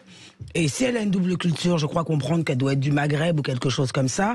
Elle est canado-marocaine. Elle est canado-marocaine. Moi, je l'encourage à aller faire ce doigt au Maroc. On va rigoler, on va voir si c'est culturel, générationnel ou quoi que ce soit. La seule excuse, c'est qu'elle n'est pas française, en réalité. Mickaël Sadoun. Oui, l'excuse de la culture est ridicule. Vous savez, moi j'ai des origines marocaines et je n'aurais pas fait ce geste-là à la télé. C'est simplement une question de politesse. Oui, On peut le faire avec des amis, mais pas 202 millions de personnes. Oula, sortez-moi un Mais piano. ma Là, question, pourquoi on ne prend pas Mais plutôt le temps une fait pas. franco-marocaine ou une franco-canadienne? Oui. Il faut qu'il y ait un petit peu de France quand même dedans. Je suis d'accord, mais après ça, j'ai l'impression que c'est pas nouveau parce que déjà France Gall, quand elle avait gagné l'Eurovision, bien sûr, France Gall avait gagné pour le Luxembourg avec Poupée de cire, Poupée de son, donc j'ai l'impression que c'est pas nouveau. Oui, Voilà. C'est un peu interrogeant. C'est très étonnant. En tout cas, elle ne reviendra visiblement pas. Hein. Elle a fait un aller et il n'y aura pas de retour. Mais vous avez raison, on était un doigt de s'énerver. Oui. Allez, merci beaucoup Félix. Merci beaucoup Philippe David. Tout de suite, c'est le Top Clic avec Félix Mathieu. Les vraies voix Sud Radio, ça fait du clic sur les réseaux sociaux. Et peut-on être condamné pour des commentaires écrits par quelqu'un d'autre sur son compte Facebook? Oui, répond la Cour européenne des droits de l'homme, Félix. Oui, elle vient de débouter une seconde fois l'élu RN Julien Sanchez qui contestait sa condamnation par le tribunal correctionnel de Nîmes en 2013. Condamnation pour des propos visant les musulmans sur sa page Facebook. Propos que l'élu n'avait pas supprimés assez vite. Les commentaires relevaient assurément d'un discours de haine et étaient donc illicites, indique la Cour européenne des droits de l'homme. Le maire de Beaucaire avait été débouté en appel, en cassation, puis lors d'un premier recours devant la Cour européenne des droits de l'homme. Les auteurs principaux des propos haineux avaient été condamnés, mais lui aussi en tant que directeur de la publication de son compte Facebook. Malgré 4 opinions dissidentes, dont celle de son président et de son vice-président, la grande chambre de la CEDH a confirmé à la majorité de ses membres que le titulaire d'un mur Facebook était pénalement responsable des commentaires diffamatoires, injurieux ou haineux postés par des tiers malveillants, réagit Julien Sanchez dans un communiqué. Selon lui, la liberté d'expression aura donc désormais pour limite la censure que le titulaire du mur Facebook devra pratiquer à chaque instant pour éviter une condamnation pénale à raison des propos d'autrui. Et l'élu régional d'ajouter, je le cite toujours, c'est la chronique de la mort des comptes Facebook des élus locaux qui n'ont pas les moyens d'une vigilance constante en temps réel sur les posts des internautes. La Cour européenne, de son côté, retient que Julien Sanchez ne pouvait pas ignorer le contexte tendu de ces élections législatives en 2012, contexte dans lequel il avait fait le choix de rendre public l'accès au mur de son compte Facebook. Philippe Bilger, c'est un peu... Je trouve que, bizarrement, l'argumentation des deux côtés me convainc. Non, mais je veux dire, ça n'est pas simple, hein, les problèmes de liberté d'expression. Je comprends que Sanchez invoque le fait qu'il ne peut pas en permanence vérifier la validité et la pertinence et le caractère démocratique des propos, mais on ne peut pas non plus dénier que l'obligation que fixe la Cour européenne, c'est un impératif technique et éthique qui a sa valeur. Pardon, là je ne peux pas trancher, ma chère. Après, vous avez la possibilité, pour ceux qui le savent, hein, sur Facebook, de mettre des mots dans plein d'orthographes différentes et qui sont naturellement bannis. C'est-à-dire que si vous mettez anti-machin, des propos racistes, vous pouvez les écrire et les écrire avec des fautes d'orthographe parce qu'il y a des gens qui font des fautes d'orthographe. Et puis pour avoir été collaboratrice d'élu, j'ai géré des réseaux sociaux et effectivement, l'élu lui-même n'est pas au courant, mais nous on a un job quand même, c'est d'aller chercher, cacher les commentaires. On n'est pas obligé de... Soit on les masque ou autre chose, mais un élu ne peut pas se cacher derrière le fait que quelqu'un gère son compte. Moi, je gérais le compte de mon sénateur, sauf que je le gérais en son nom. Donc j'avais une forme de responsabilité. Et de manière assez régulière. Et puis on a des notifications. J'étais pas la seule sur le compte. Et effectivement. Oui, mais là, c'est un sénateur. Peut-être que les élus n'ont pas les mêmes moyens aussi. Mickaël. Moi, je trouve que c'est un pas très grave qui est franchi. On n'est responsable que de ses propos et pas des propos de ceux qui nous suivent et qui voudraient nous faire dire autre chose que ce qu'on a dit, alors qu'on a bien fait attention de choisir ses mots quand même avant de s'exprimer. Donc, je trouve que c'est extrêmement grave. Tous les camps politiques ont leurs hurluberlus. À gauche, il y a des gens qui vont prononcer des paroles virulemment antisémites sous des posts parfaitement modérés. À droite, c'est la même chose. Au centre, pendant la période du Covid, il y a des macronistes qui voulaient faire pique-pendre à ceux qui n'étaient pas vaccinés et c'était peut-être pas exactement refléter la juste pensée modérée de ceux qui défendaient la vaccination. Donc je trouve que c'est absurde. Voilà. Elle est plus léger, cette publication sur les réseaux sociaux du ministre de l'Intérieur. Oui, elle suscite quelques railleries. Gérald Darmanin pose tout sourire devant un nouveau fast-food de sa ville, Tourcoing. C'est même lui qu'on voit couper le petit ruban lors de l'inauguration, ruban orange. Nouveau commerce au tacos, place de la Résistance. Heureux d'avoir accompagné ces deux Tourcoingais dynamiques. Allez-y, c'est ouvert tous les jours, écrit le ministre de l'Intérieur. Alors parmi les commentaires, ce public tweet ne fait pas l'unanimité. J'hallucine, écrit l'un, reprochant au ministre de jouer, je cite, l'influenceur kebab. Un autre lui reproche plus sobrement d'utiliser son compte officiel à des fins promotionnelles. Et puis il y a même une députée de la France Insoumise, Nadège Abomangoli, qui ne mâche pas ses mots. Elle écrit, je la cite, toujours pas de réaction du ministre de l'Intérieur à la suite de la démission du maire de Saint-Brévin. Yannick Morez vaut moins qu'un tacos. La lutte contre l'extrême droite aussi. Le macro-le pénisme en marche. Merci beaucoup. Merci Félix Mathieu, vous restez avec nous dans un instant. Après, ça fait du clic, le tour de table de l'actu des vraies voix. On est ensemble jusqu'à 19h. À tout de suite. Et le retour de Philippe David, bien entendu, on est ravis de le retrouver. Oui, on dira l'inverse demain, Philippe. Profitez-en, ça ne durera pas. Non, allez, on se taquine, mais on s'aime beaucoup, bien entendu. Avec nous, dites pas oui, parce que je peux mentir aussi. Il a écrit Parlons vrai.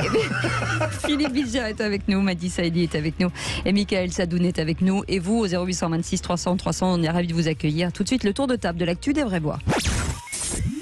Encore ces stupides actualités. Ça dépend de la masse d'informations. Quand il a rien à dire, il dit rien. Il n'a pas été élevé chez les porcs, excusez-nous. Le tour de table De l'actualité. Et en l'occurrence, il a des choses à dire, Philippe Bilger. Oui, la Cour de cassation valide la compétence universelle de la justice française. Oui, alors, en général, je n'abuse pas des sujets juridiques pour une raison simple, c'est que le droit m'a toujours ennuyé dans la vie.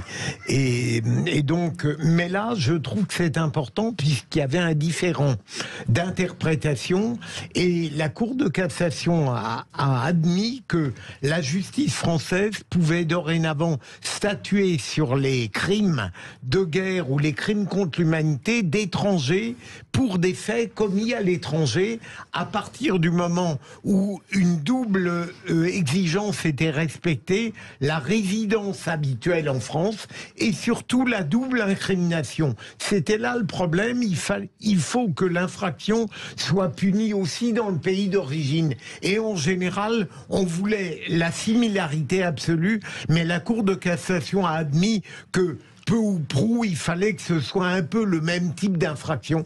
Donc j'arrête là ce récit passionnant, évidemment. Et voilà, c'est une compétence universelle qui sera la bienvenue pour la justice française. Vous êtes moins réfractaire au droit que Philippe Bilger, Michael Sadoun, Madi Saïdi, une réaction ? Non. Non, je peux. C'était tellement bien dit, vous me direz. Leur savoir est universel. Tout était dit. Et Madi Saïdi, conseillère en communication d'influence, et vous voulez revenir sur la France apaisée, et ce n'est pas pour demain. Et oui, la France apaisée, ce n'est pas pour demain. Après l'épisode de la réforme des retraites, évidemment, les Français sont toujours en attente de solutions pour le pouvoir d'achat.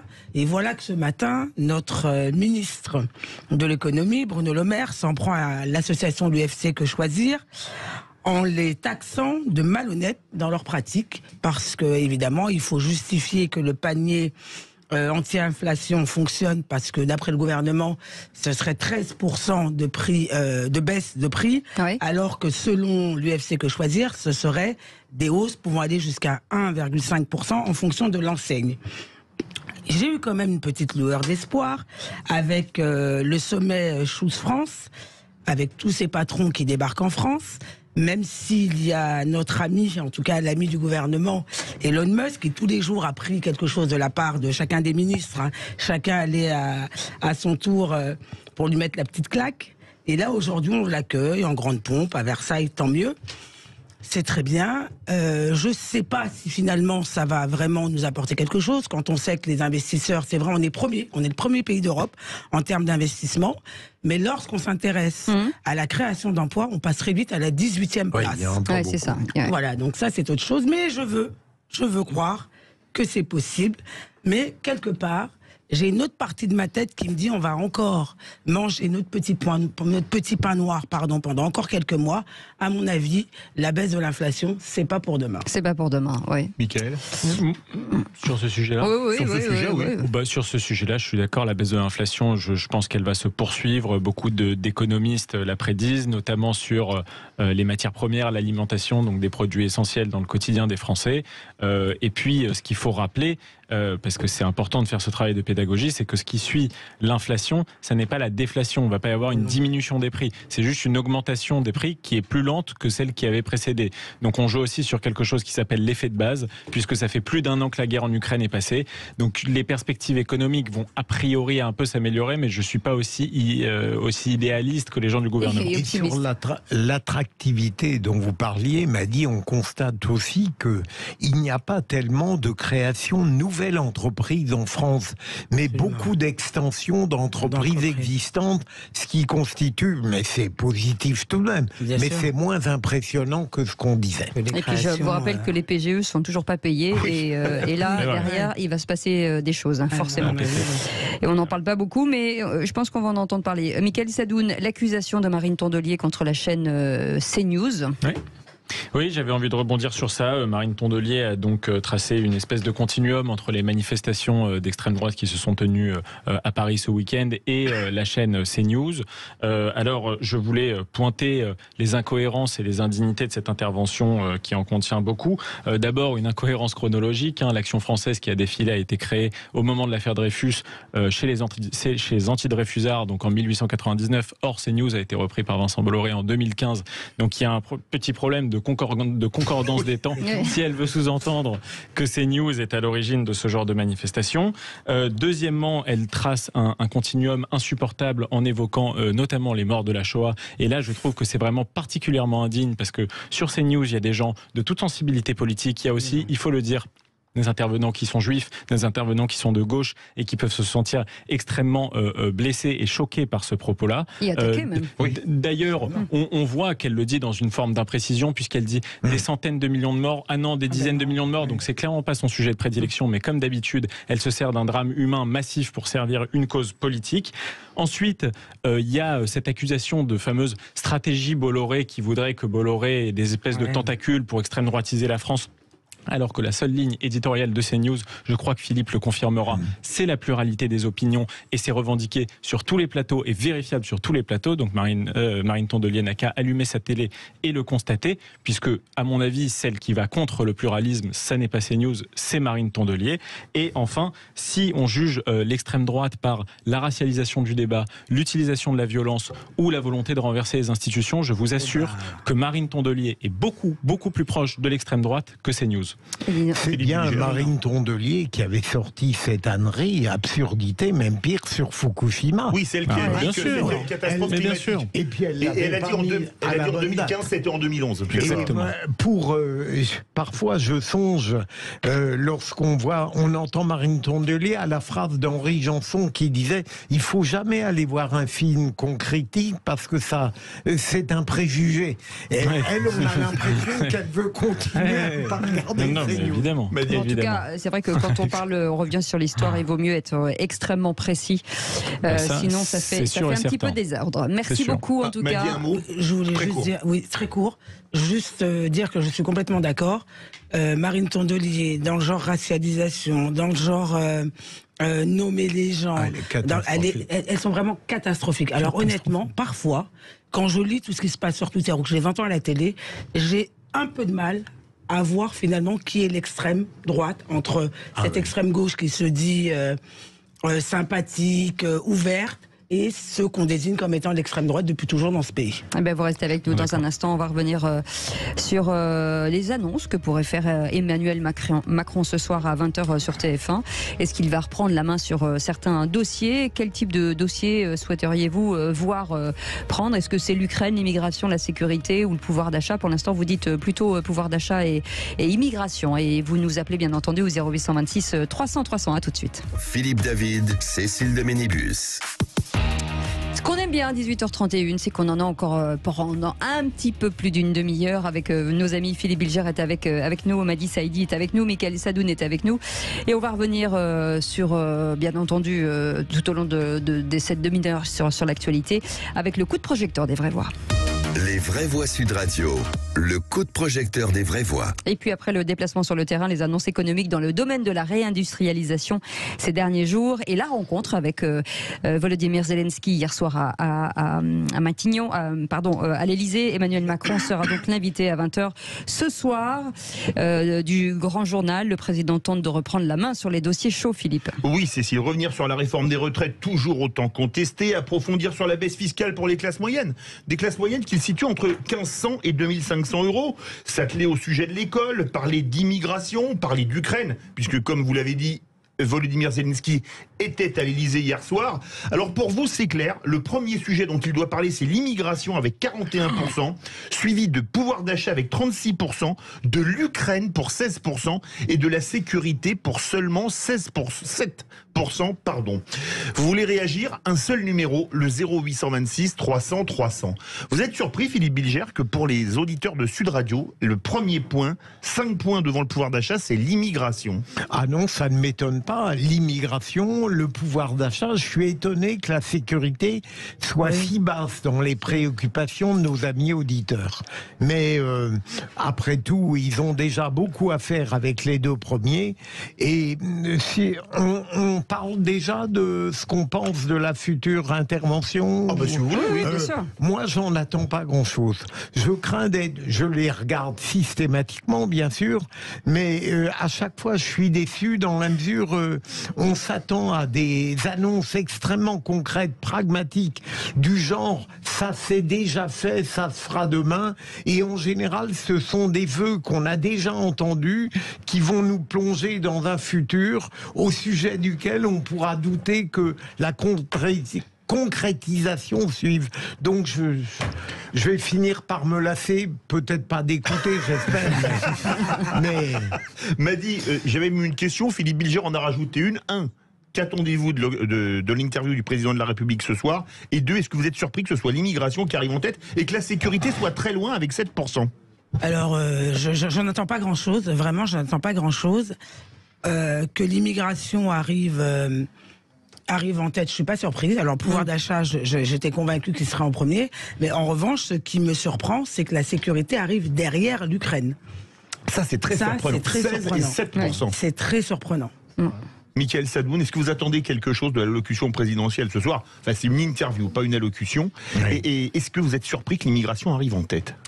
Non, je suis pas surpris que l'immigration arrive en tête, parce que je pense que c'est le thème le plus consensuel aujourd'hui dans le pays. Sondage CNews, IFOP pour CNews d'il y a 2 semaines, je crois, 82% des Français sont pour durcir la politique d'immigration. Donc je pense qu'il y a une majorité qui se dégage dans le pays. Ensuite, sur le pouvoir d'achat, je pense que ce sera plus la thématique de ce soir. Emmanuel Macron, à mon avis, va être dans la logique de dire « Nous avons réussi à faire des économies grâce à la réforme des retraites. Je réforme économiquement le pays. Donc, je remets à jour le logiciel du travailler plus pour gagner plus. » Il va, je pense, annoncer des baisses d'impôts et aussi certainement des mesures sur la formation, sur la baisse du chômage, probablement des annonces sur France Travail. Voilà, c'est plutôt ce que j'en attends, même si je pense que la thématique migratoire devrait aussi être traitée parce qu'elle soude vraiment le pays. Il va avoir du boulot. Hein. Mais est-ce qu'on peut être surpris? Est-ce que le fait... Non, elle est à peine de votre niveau. Elle est tellement basique. Déjà, il l'a compris. C'est plutôt pas mal. Déjà, on tient le bon bout. Est-ce que la séquence hier avec Volodymyr Zelensky et aujourd'hui la prise de parole sur TF1, est-ce qu'il y a forcément un lien? Il se dit, voilà, je fais des annonces fortes qu'attendaient les gens. Derrière, peut-être que les choses passeront. Tout ça n'arrive pas par hasard forcément dans le calendrier. Sûrement, puisqu'il fait, et pardon pour la banalité, dans une communication à outrance. Mais il y a un détail qui m'a bien plu hier, Cécile, quand même. C'est qu'ils ont échappé à ces embrassades ridicules de Macron avec pratiquement tous les chefs d'État. Là, Zelensky, ils se sont serrés la main normalement et Macron lui a pas fait un clin d'œil, ce qui m'a fait plaisir, alors qu'en général, sur les réseaux sociaux, il y a une photo où ils se prennent dans les bras. Ah bon mais écoute, c'était plus sobre hier, ce que j'ai vu en tout cas. Est-ce que c'est sentiment d'apaisement justement sur cette relation avec Zelensky hier, en disant peut-être qu'aujourd'hui il va en parler un peu plus ce soir, et du coup ça va encore masquer des sujets qui concernent la France? Peut-être qu'Emmanuel Macron a envie de remettre le disque qu'il a joué il y a un an, c'est-à-dire c'est la guerre, soyons unis sous ma personne. Ouais. C'est aussi une possibilité. Après, je pense qu'il a vraiment envie de s'engager. Ça l'a pas mené loin. Non. En tout cas, ça l'a mené à gagner les élections avec une relative facilité. Je ne dis pas que c'était le seul facteur, mais ça en a fait partie. Ça fait éclipser toute la campagne, la guerre en Ukraine. Oui, après, il y avait eu une campagne sur l'identité qui s'était déroulée en amont. Je ne suis pas sûr que si elle avait continué, ça aurait défavorisé Emmanuel Macron non plus. Bon, moi, je suis très mesuré sur la théorie de Emmanuel Macron a gagné grâce à l'Ukraine. Mais je pense que ça l'a quand même aidé et que ça l'a fait jouir d'une certaine aura dans la population. Un vague consensus, tout de même. Mais quand il parle... Allez-y, non, je disais, je voulais juste de dire, est-ce que finalement, ce que lui reprochent beaucoup de gens, c'est de ne pas avoir ni de programme, ni de vision. Et aujourd'hui, on voit presque du jour au jour le jour, Philippe Bilger. Mais il faut bien voir qu'il fait avec une majorité relative qui le conduit, et Elisabeth Borne elle-même a proposé 100 jours qui sont ridicules de petitesse, finalement des petites opérations à peine pragmatiques, et lui ne se remet pas, Emmanuel Macron, de cette majorité relative. Je crois que c'est ce qui explique sa défaillance depuis sa réélection. Moi, je trouve que on ne le reconnaît plus, on pouvait le discuter avant, lors du premier mandat, mais on lui reconnaissait tout de même une certaine patte, une main politique. Là, à tort ou à raison, je ne la vois plus. Madi Saïdi. Mais il aurait fallu faire campagne pour avoir une majorité. Oui, il aurait fallu faire campagne, mais ça n'empêche pas d'avoir des idées aujourd'hui et donner une vision plutôt que des petites mesurettes comme le drapeau, comme remettre le portrait. Enfin voilà. Le problème, c'est que quand bien même il avait une vision, il se pose un problème. Comment il fait pour faire passer ses textes? Et comme le disait tout justement Mickaël tout à l'heure, la question d'immigration, je pense que c'est peut-être un des rares seuls textes. Là, on arrive à transcender les clivages. La Renaissance pourra certainement compter sur LR. Pourront peut-être compter sur les voix du RN également. Donc c'est un des rares textes, là, il va y avoir consensus. Sauf Madi qu'il y a toute une partie gauche de Renaissance qui va tiquer. Il faudra être très courageux, Mickaël Sadoun, pour aller jusqu'au bout de l'immigration, là.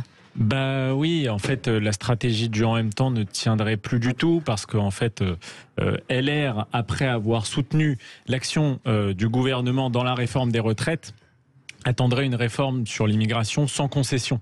Donc il ne s'agirait pas de faire un texte qui ménage la chèvre et le chou. Je pense que pour s'allier au gouvernement, ils attendraient un texte extrêmement ferme qui revienne sur le droit d'asile, peut-être sur une réforme du droit du sol, sur le regroupement familial. En tout cas, ce sont les volontés qui sont annoncées par Bruno Retailleau. Dites-nous ce que vous en pensez, vous, Philippe. Tiens, oui, s'il y a un autre sujet dont vous voudriez entendre Emmanuel Macron parler, je sais pas, moi, l'Europe ou encore autre chose, venez nous le dire au 0826 300 300. Et justement, c'est ce numéro où nous accueillons Paul. Paul, vous vouliez réagir sur ce sujet?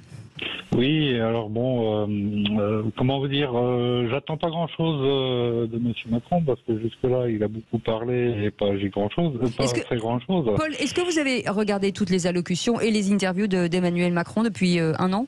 Non, en faisant ça, j'ai, augmenté ma vie. D'accord.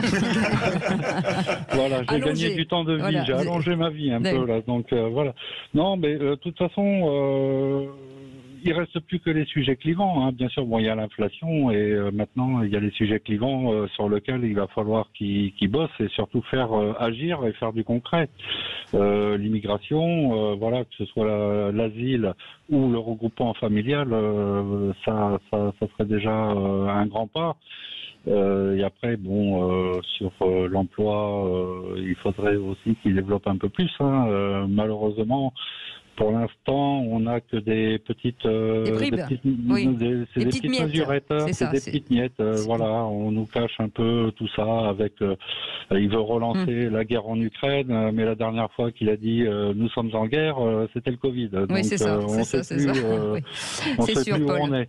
Est-ce que Philippe Bilger, alors entre Elisabeth Borne, ça tire en longueur, on a l'impression qu'on étire les sujets dans tous les sens en disant on va gagner du temps. Enfin, ça devient un peu poussif quand même avec tout ça. Mais en même temps, il me semble qu'on ne peut pas jeter exclusivement la pierre à une sorte d'inertie ou de mauvaise volonté de la part du pouvoir. Il y a des mécanismes constitutionnels qui sont difficiles, quoi.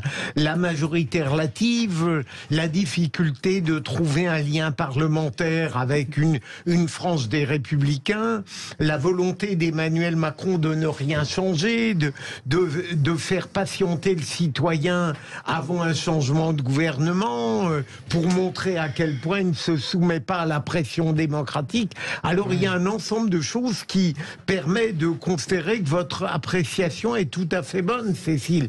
On est dans une sorte de climat, je dirais, où le pouvoir ne paraît pas trouver ses marques et où le peuple est en attente. Mais est-ce que c'est pas le moment, Michaël Sedoun, enfin moi je donne de conseils à quelqu'un, de dire que les autres sortent du bois, c'est-à-dire qu'on les entend pas non plus. On a l'impression que la classe politique est presque inaudible, c'est-à-dire qu'il y a énormément de brouhaha et on avait peut-être envie de voir un Wauquiez sortir, un Lisnard sortir, un Jean-Luc Mélenchon revenir, voilà, de sortir vraiment et de se positionner parce que les 4 ans ça va être long. Vous êtes adorable, Cécile. Je propose que Jean-Luc Mélenchon rentre et Lisnard et Wauquiez commencent à sortir. Non, mais surtout que pluralisme. Vous savez, ça me rappelle la phrase de Napoléon qui dit: on n'interrompt jamais un ennemi qui est en train de faire une erreur. Donc Emmanuel Macron est dans une séquence qui, à mon sens, est désastreuse pour lui. Et c'est pour ça qu'il est obligé de multiplier les interventions pour prouver qu'il est toujours dans sa superbe, parce que la vérité, c'est qu'il est évident pour tout le monde qu'il l'a perdu. Emmanuel Macron n'est plus dans la posture jupitérienne. Jupiter ne passe pas des heures à parler, il fait tomber la foudre. Emmanuel Macron ressemble bien plus aujourd'hui à Hermès, le messager des dieux qui passe des mots aux uns et aux autres. Il est beaucoup plus dans la communication que dans l'action. Voilà, donc je trouve qu'il y a une utilisation en effet un peu intempestive de la parole qui loin d'éloigner sa faiblesse, au contraire la souligne un petit peu. Vous venez de faire le coup du foulard là. Oui, c'est ça. Madi Saïdi, les LR, ils sont où là ? Voilà. Inaudibles, ils ont disparu, ils sont inaudibles. Est-ce qu'ils ont un leader ? Là vous allez réveiller Philippe Bilger. Oui. Madi. Non mais dans le micro. Non, vraiment inaudible. Rotaillot, on l'entend un petit peu. On ne sait pas si Wauquiez revient ou revient pas. Ciotti, on l'avait entendu pas mal pendant la campagne, et là on l'entend moins. Mon cher Olibrius. Donc on ne sait pas, vraiment, moi je les trouve... Ciotti, il essaye de redonner un peu un mouvement au parti, mais le problème c'est qu'il manque de leadership et qu'il y a trop de divisions actuellement chez les Républicains. Mais je trouve, Madi, que les LR, à l'heure actuelle, ressuscitent d'une certaine manière, mais la faiblesse, Olivier Marleix, que j'aime beaucoup par ailleurs, a dit quelque chose qui m'apparaît faux. Il dit, au fond, le macronisme disparaîtra en 2027, et c'est à ce moment-là que les LR pourront se réinventer. Mais on peut le faire maintenant. Il faut préparer le 2027. Et surtout, on peut le réinventer sans le macronisme. Je voudrais vous poser une question à tous les trois. Il a parlé de la baisse d'impôts pour les classes moyennes qui la située entre 1500 et 2500 euros de revenus par mois. Désolé, mais pour moi, à 1500 euros, on n'est pas franchement dans la classe moyenne, surtout quand on vit dans une grande ville.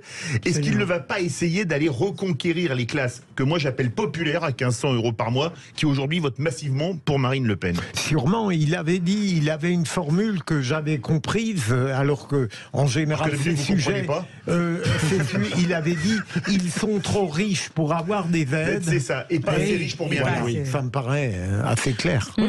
Non, mais en plus, il y a une définition un peu statistique de la classe moyenne. On prend les déciles des revenus, et puis ensuite, on prend entre le 2e et le 4e décile, on dit que c'est la classe moyenne inférieure. Entre le 4e et le 6e, on va dire que c'est la classe moyenne supérieure. Donc je pense qu'il ne faut pas s'attacher à ça, mais en effet, je pense qu'il les ciblera en particulier parce que c'est notamment l'électorat qui lui est très très défavorable et qui vote beaucoup Marine Le Pen. Eh bien, écoutez, vous restez... c'est un vrai challenge, parce que pour aller toucher cet électorat-là, ça va être hyper compliqué. Parce qu'ils sont quand même... fâchés. Je crois qu'ils sont très très fâchés contre Macron. Oui, ils sont très fâchés. Et c'est le personnage. On va vous donner un peu d'étoiles dans les yeux. On va faire une petite pause et dans un instant, on retrouvera notre ami René Chiche. Le plus grand patron de presse de l'histoire. Et vous savez où il est ? À Cannes. Au Palais des Festivals. Festival de Cannes. Monsieur Slapette. Où sommes-nous ?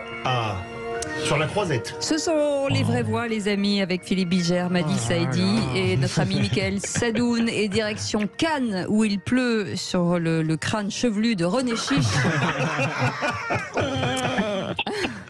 René Chiche, qui est un peu le Hugh Hefner de la presse, le Axel Springer ou alors le Serge Dassault. Oui. Voilà. Le Hugh Hefner, normal, c'est un playboy. Ah bah oui, c'est un playboy. Ça. C'est un playboy quand même. René Chiche, cher René, où êtes-vous et racontez-nous ce qui s'y passe au Festival de Cannes qui ouvre ses portes demain, soyons clairs. Eh bien, vous m'entendez bien, ma chère Cécile? Très bien. Trop, je dirais, mais... Très bien, parce que moi j'ai bien entendu tout ce que vous avez dit déjà, c'est très sympathique comme d'habitude, et je vous adore pour ça. Bon, à part ça, je suis dans l'enceinte du Palais, qui est pour l'instant assez calme, puisque c'est demain, effectivement, que va s'ouvrir le 76e Festival de Cannes, et il a plu un petit peu, hein. Maintenant il fait un temps un peu meilleur quand même, hein. Ah, voilà, très je voulais bien, vous le dire. très bien. Voilà. Et donc ça veut dire que les stars vont arriver quand? Est-ce qu'elles sont déjà présentes? Il y a déjà René Chiche. Alors déjà, il y a moi, bien sûr, absolument. On attend aussi Philippe Bilger, normalement, en smoking. Malheureusement, qui aura une palme d'honneur pour l'ensemble de sa carrière. Absolument. Oui, absolument. Oui, on va écouter René. Alors les stars vont commencer à arriver dès demain, parce que comme on est une radio grand public, je voulais parler un petit peu du côté star de Cannes quand même. Donc demain, ça commence quand même avec le film d'ouverture de Maïwenn, Jeanne Dubarry, qui fera l'ouverture, et il y aura quand même une grosse star déjà, c'est Johnny Depp qui sera là. Et ensuite, au fil de la semaine, je vous parle un peu des premiers jours, hein, parce qu'il y en aura d'autres qui vont arriver la semaine prochaine aussi, bien sûr. Mercredi, il y a Michael Douglas qui vient pour faire une rencontre avec le public, non pas présenter un film, mais qui va venir dialoguer avec le public et la presse. Vous voyez, c'est quand même un événement à la fois populaire, en même temps journalistique, donc c'est super intéressant. Et Philippe David est prévu à quelle heure à Cannes pour la dédicace? Philippe David est interdit de séjour. Attention. Voilà, toute la police cannoise est au courant. Alors, il y aura aussi, je continue dans les stars, Harrison Ford, qui va venir mercredi ou jeudi pour la présentation d'Indiana Jones. Et surtout, alors le summum de cette première semaine, je parle pour l'instant de stars américaines, hein, qui sont toujours un peu plus glamour en général que les stars françaises. Il y aura surtout donc Leonardo DiCaprio et Robert De Niro qui vont venir. C'est que des hommes, il n'y a pas de femmes américaines, il n'y a pas d'américaines. Si, il y aura aussi quelques femmes. Bon, alors les femmes, il y en a un petit peu moins cette semaine. Hein. Je vous parle de la première semaine. Hein. Donc cette semaine, il y aura quand même Margot Robbie, mais ensuite vont venir effectivement Scarlett Johansson. Il y en a pas mal, attention. Hein. D'accord. Voilà. Cécile de Mélibus. Et votre cavalière de ce soir, René, c'est qui? Cécile de Mélibus est une star, vous ne savez pas? Cécile de Mélibus. Une demi-vedette. Non mais je plaisante, bien sûr que je plaisante.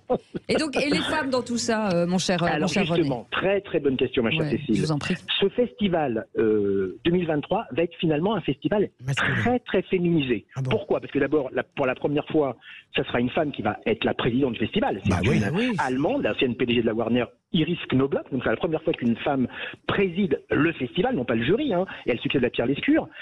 En plus, dans la compétition officielle, vous avez quand même 8 ou 9 films, je me souviens plus très bien, je crois que c'est 8 ou 9, c'est ça, films réalisés par des femmes qui concourent donc pour la Palme d'Or. Et dans ces 8 films faits par des femmes, il y a quand même 5 françaises. Hein. Vous avez Maïwenn demain avec Jeanne Dubarry, vous avez Catherine Corsini, vous avez Justine Triet, Catherine Breillat, et la 5e, Valérie Donzelli. Et d'ailleurs, ça permettra de faire venir de grandes actrices françaises comme Virginie Fira, Juliette Binoche. Donc il y aura quand même aussi un joli parterre de vedettes françaises. Et aussi autre chose, c'est que la cérémonie d'ouverture sera bien sûr présentée aussi par une femme, Chiara Mastroianni. Demain, vous voyez, beaucoup de femmes. Et aussi dans le jury, il y a une véritable parité. Il y aura 4 femmes, et dans les 4 femmes jurées, il y aura entre autres celle qui a eu la Palme d'Or en 2021 d'un film que j'ai détesté, comme je crois Philippe Bilger, Titane, puisque ce sera Julia Ducournau-Clé. Je crois qu'on a un point commun. Vous vous souvenez hein. C'est nul. Nullissime, voilà, absolument. Si, c'est nullissime. Franchement, on est d'accord avec Philippe. Non, pas vous, mais Titane, c'est une catastrophe. Non, mais respectons les gens qui l'ont aimé, ce film. Ah ben, il y a des gens qui l'ont aimé. Si je peux me permettre, le film a eu la Palme d'Or, mais ça a été un bide en salle. Ça a été un bide terrible en salle, Titane. Donc voilà, une première semaine qui... C'est comme l'Eurovision, c'est ça, c'est pareil. Donc une première semaine plutôt riche. Hein, et bon, je vous parle pas des sélections parallèles comme la semaine de la critique. Oui. Bon, ça c'est un peu plus cinéphile. Mais René, avec une contestation peut-être aussi sur à Cannes, la CGT peut-être. Absolument. Et d'ailleurs, c'est que j'ai eu peur, puisque tout à l'heure, lors de ma venue à Cannes, j'ai cru qu'il y avait une manifestation à la gare de Toulon. Finalement, c'est pas du tout le cas, mais le train a été bloqué par un déséquilibré. On a cru que c'était une manifestation déjà. Mais par contre, c'est vrai en plus. Mais par contre, la CGT menace vraiment pour le 21 mai faire une grosse journée d'action. Alors, on ne sait pas quoi exactement. Est-ce qu'ils vont couper le courant? Est-ce qu'ils vont faire des actions dans le palais? On ne sait pas du tout. Mais alors, et je peux vous dire que par rapport aux autres années, parce que je viens quand même chaque année, cette année, on ressent quand même un service d'ordre et c'est un nombre de policiers beaucoup plus important, avec même des accès qui sont plus limités. C'est pas comme avant. Hein. J'ai remarqué. On sent la crainte de la menace syndicale. Ça se sent. C'est vrai que ça se sent, vous voyez. Donc. Et ça veut dire quoi? Ça veut dire que le palais des festivals pourrait être dans la nuit noire ou les projections. Et bien absolument, absolument. Tout à l'heure, je viens de discuter avec justement l'une des personnes du service de presse du festival qui me dit effectivement qu'ils ont une crainte et que vraiment, c'est pour ça qu'ils ont quand même doublé les services de clôture. En tout cas, j'espère qu'il y aura une immunité pour René Chiche. Parce que là, mais attendez, j'aurais quand même une question. Est-ce que je vous manque? On va être obligé de raccrocher. On ne peut pas répondre à cette question. On est obligé de raccrocher. Est-ce qu'il y a bien vous parler là sans être interrompu? Tandis que quand vous êtes là, c'est pas pareil. Exactement. Mais avec votre tête d'ampoule, vous êtes un peu de la lumière de ce... Faites attention, l'ampoule c'est souvent vide à l'intérieur. Et donc, dans la lumière. Merci beaucoup René Chiche. Je vous en prie, peut-être à bientôt, j'espère. À bientôt, à vendredi. À vendredi, on fera un petit point justement. On fera un petit point sur sur ce festival de Cannes. Merci beaucoup René. Et puis envoyez-nous de l'amour, du soleil, de la joie. Vous restez avec nous. Plaisir. Merci beaucoup Philippe Bilger. Merci beaucoup Madi Saïdi. Merci beaucoup Michael Sadoun. Dans un instant, on va vous parler citoyenneté avec le G500. Vous le savez, on parle d'associations et d'un grand concours entre des associations qui est mené et en partenariat avec Sud Radio. On en parle dans un instant. À tout de suite.